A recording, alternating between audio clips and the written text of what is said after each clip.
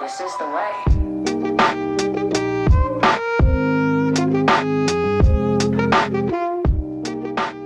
Alright, what is going on guys? It's Tazz here, and welcome back to the channel for my long-awaited season overview and finale review for the second season of a show I hold so near and dear, that being The Mandalorian. With Season 2 of Mando coming to a close last week, and now that I've had some time to sit on everything and gather my thoughts, I figured it was time to give you guys just that on the season as a whole, as well as go in depth on the finale and speculate on what it could mean for the future of The Mandalorian, not only in Season 3, but in the rest of the Mandoverse going forwards.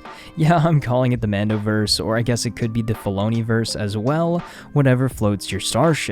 But anyways, another year and another amazing entry into the story of The Mandalorian with chapters 9 through 16. I'm so grateful to have been able to cover the show week to week in a long-form format through streams here on the channel with my brother and sometimes even another guest with one of our friends. It was such a great time week to week, and I wouldn't have it any other way.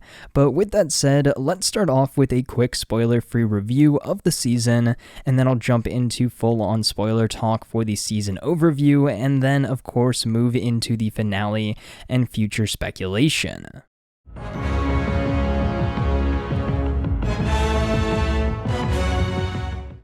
As a whole, I absolutely loved Season 2 of The Mandalorian. I think it was even better than Season 1, which admittedly was my favorite piece of live-action Star Wars that has come from Disney up until this point, and Season 2 exceeded that bar set by Season 1. There was so much more depth and nuance to Season 2, while there was an overarching basic mission of return the child to his kind. This season was also able to slow down at points and let us just take a look at certain things from a different point of view. We saw Din really come to terms with what it truly meant to be a Mandalorian, all while discovering just how much this little baby Yoda meant to him. I thought it was such a beautiful story on a very personal level between Din and the child, as well as we had many new and returning faces appear if you are familiar with some of the expanded Star Wars lore, which I thought was incredible as well. All in all though, Season 2 of The Mandalorian was even better than Season 1, and if you've been on the fence about watching it for whatever reason, go watch it, you won't be disappointed, outside of the fact that the episodes are still pretty short and you'll just want even more Mando and Baby Yoda. But with that, here is your full Season 2 spoiler warning as we are about to go deep dive into all of the nitty-gritty details of the season, so if you haven't watched it yet or care about spoilers, go watch it and come back once you have. But with that said, let's hunt some bounties, use the Force, and jetpack right into this Mando Season 2 overview.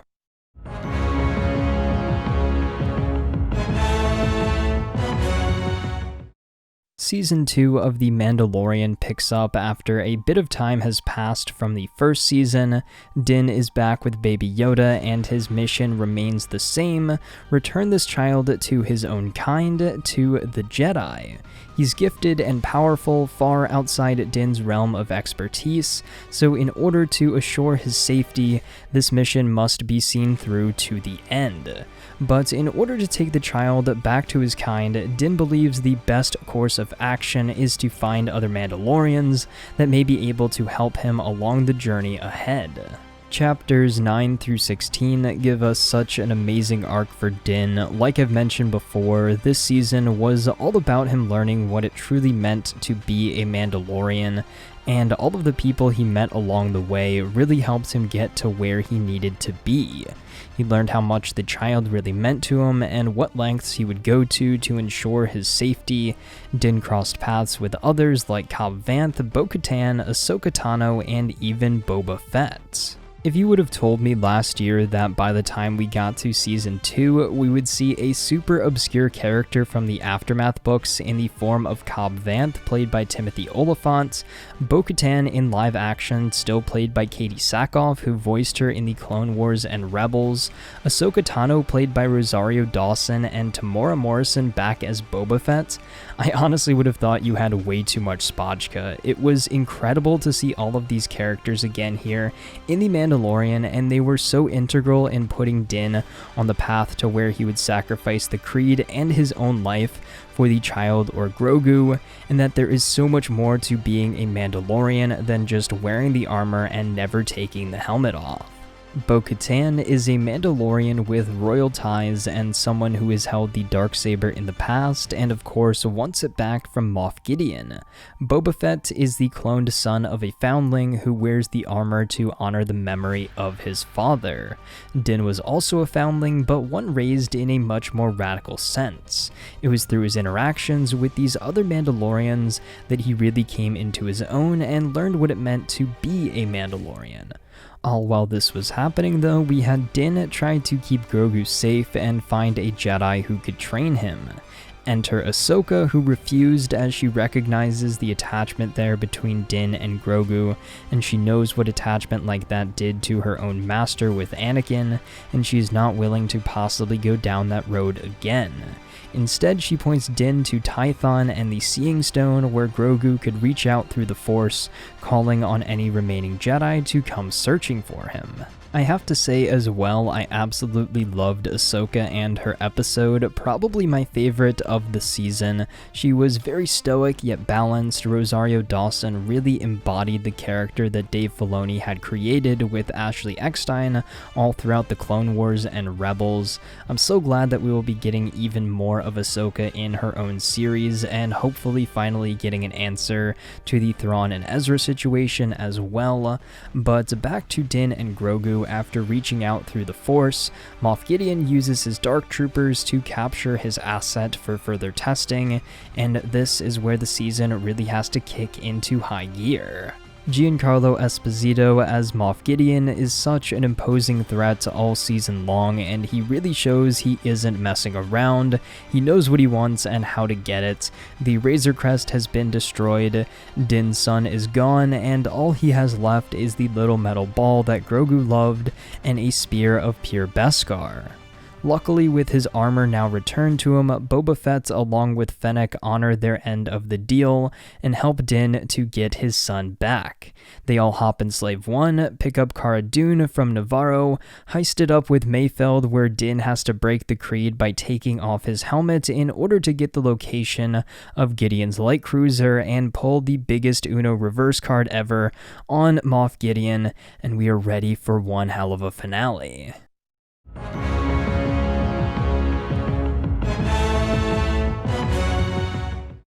So here we go, The Mandalorian Season 2 Finale, Chapter 16, The Rescue. The episode wastes no time jumping straight into the action with Boba in Slave 1, firing on the Imperial transport shuttle that contains Dr. Pershing. After stunning the ship and docking, Mando boards with Cara Dune as they have a standoff between the Imperials on board.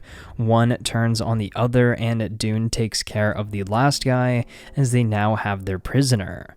I did also think it was a nice attention to detail here as the blaster bolt grazed past Pershing's ear, and throughout the rest of the episode you see that there is a piece missing with some scorch marks. But now with Pershing acquired, Din and Boba go to get one last piece of the puzzle, that being Bo-Katan and Casca Reeves. Loved how Din and Boba just so casually walk into the bar like two badass Mando bros as they go over to get the final two members of the rescue squad. The back and forth between Boba and Bo was great, best insults in the galaxy for sure, but Din makes it clear that his only priority is the child. So with that, Bo agrees on one condition, that they leave Moff Gideon to her. With the team together, they start scoping out their plan of attack with a little insight from Pershing, and then it's go time. Din, Bo, Casca, Fennec, and Dune take the Imperial troop transport while Boba stays on Slave 1 to create enough commotion to allow the team to get on board Gideon's ship. Once on board, Boba takes out a couple of TIE fighters and exterior guns and pieces out until he is needed again.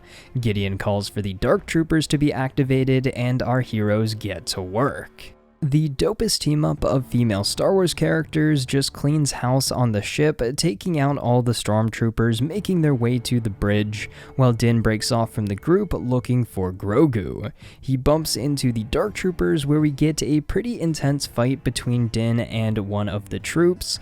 Fortunately, he's able to get to his spear and take out the Dark Trooper in time to flush the rest out the airlock, but it can't be that easy to defeat them all. Mando then gets to Grogu's cell, where Gideon is already standing there over him, Darksaber ignited in hand. There's a very interesting back and forth here between Din and Gideon, where he explains the Darksaber and a bit of its history. Gideon also reveals that he knows exactly what's going on. He knows that Bo-Katan and her team have taken the bridge, and that Din just wants the child. As Gideon has what he needs from Grogu, he seemingly lets his guard down, allowing Din to take his son and leave. But nothing is that easy as Gideon reignites the Darksaber, and we get the fight we've all been waiting for this season, Din with the Beskar Spear and Moff Gideon with the Darksaber. A quick but intense fight ensues, ultimately ending with Din disarming Gideon and coming out victorious, but sparing Gideon's life. So Din walks out onto the bridge of the ship with Grogu in one hand, the Darksaber in the other, pushing a cuffed Gideon into the room. However, this may have all been parts of Gideon's plan to create conflict between the Mandalorian and Bo-Katan. Now that Din has defeated Gideon in a trial by combat, according to Mandalorian tradition, Din is now the rightful owner of the Darksaber and ruler over the Mandalorian people. Now, obviously Din just wanted his kid back and didn't have any intentions of ruling over Mandalore, so he tries to give the saber back over to Bo, where they're both reminded by Gideon that the saber itself does not have power, but the story of how the wielder obtained it, that is where the power comes from. Therefore, Bo cannot just take the Darksaber from Din, it must be won. Now, this does create some confusion, as back in Rebels, Bo is able to just take it from Sabine, but in my opinion, those were completely different circumstances. The Darksaber was found and didn't really have an owner at that point, so there was no need for trial by combat. I feel like now that Gideon had come in and most likely beaten Bo in a duel to take the saber originally, Bo has to win it again if she wants to wield the Darksaber and rule over Mandalore. So for now, according to Mandalorian tradition, Din has won the Darksaber in a trial by combat and is the rightful ruler of the Mandalorian people. But just as we think all is calm, the Dark Troopers return with a vengeance and start heading for the bridge. Everyone gears up and is ready for the fight of their lives until we see one lone X-Wing fly by and land on the ship. At this moment, I'm sure we all knew what was going on.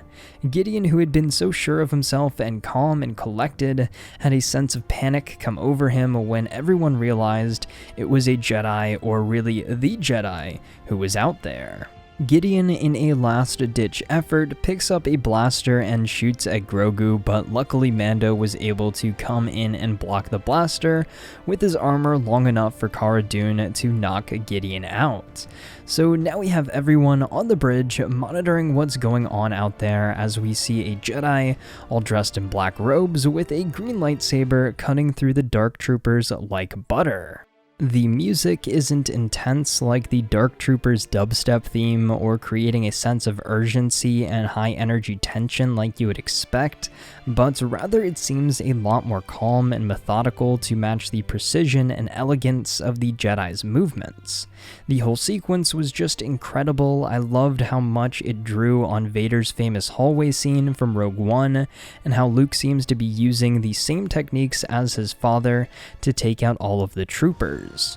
Also, I've seen many people mention how it's great that the Dark Troopers are robots to allow Luke to kind of let loose and show the full extent of his power, and I thought it was all just incredible. This was Luke Skywalker, and this scene is Star Wars.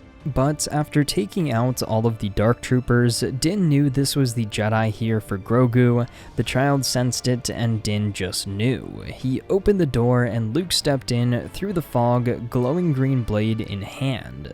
Luke put the saber away and took off the hood, revealing the digitally de-aged face of Mark Hamill. Just a quick aside here, I wasn't the biggest fan of the CGI.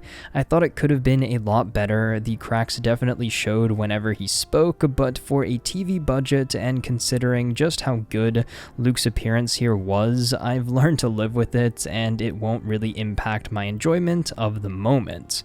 Mark Hamill is Luke Skywalker, and I'm glad he was able to come back and lend his likeness and voice, even though the CG may not have been the best. But it definitely didn't ruin it, and the more I saw it, the less I cared about the Uncanny Valley PS2 cutscene look of it all. But Luke Skywalker is here in the flesh, prepared to take Grogu. All it takes is for Din to ask, "Are you a Jedi?" and Luke just simply responds, "I am." Luke says that he senses that Grogu has a strong connection to the Force, but talent without training is nothing. With that, we get the most emotional scene of the episode and the entire series up until this point, with the final goodbye between father and son. Din picks up Grogu and tells him that it is time to go with one of his kind, and time to be trained to use his gift. Din assures Grogu that they will see each other again, and as Grogu reaches out towards Din's helmet, without a second thought, he takes the helmet off, revealing his face to Grogu for the very first time, with a poetic parallel to when Vader told Luke at the end of Return of the Jedi, "For once, let me look on you with my own eyes." This was just such a beautiful moment with Din and Grogu, between father and son. Grogu reached out to touch Din's face. He was crying, I was crying, everyone I'm sure was crying, and I mean, come on, it's like poetry, it rhymes. But it was time to go. Din puts Grogu down and Luke calls over to him, but Grogu is still holding on to Din's leg. That is until honestly the most surprising cameo of the episode. R2-D2 rolls around the corner, which instantly makes Grogu feel better about leaving. I wonder if they recognized each other or something, but happy to see R2. Grogu is ready to go as he signals for Luke to pick him up, and I love how Luke waited until Grogu fully agreed to go with him. Such a nice contrast to how the Jedi used to operate. But there we have it. Luke says, "May the Force be with you" to Din and carries Grogu away to the elevator as Din looks on like a parent devastated to see their child leave for the first day of school. Pedro Pascal showed so much emotion in this final scene, and it's just such a beautiful way to end this chapter of the story of the Mandalorian. Grogu goes off to train with Luke, while Din has now taken his helmet off in front of everyone and is now also in the possession of the Darksaber, meaning he is the rightful ruler of Mandalore. I'd also like to believe that while Din probably still has the little metal ball from the Razor Crest, Grogu has that Mandalorian Mythosaur necklace from last season, so they both still have a piece of each other with them. There are also just so many possibilities of where Season 3 can go, and I just cannot wait for more of this story, which has now been confirmed to release at some point in 2022. And now, one final thing to mention from this finale, the post-credit scene. Boba and Fennec arrive at Jabba's palace where Bib Fortuna is on the throne. Fennec frees the Twi'lek slave, and Boba comes in and kills Bib, ready to take the throne. The final shot of the season leaves us with King Boba taking the throne of the crime syndicate of Tatooine, with Fennec by his side, almost literally as his right hand.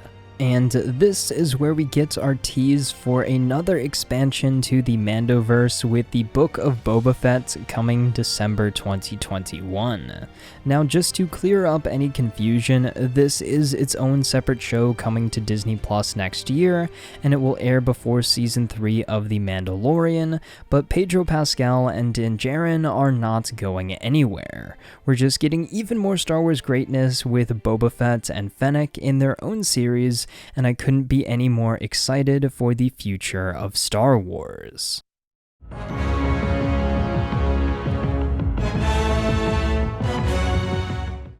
So overall guys, I know this was a pretty long video, but I just had so much to say about this season. I loved it, and I'm so thankful to Dave Filoni, Jon Favreau, and the entire cast and crew that made this season possible.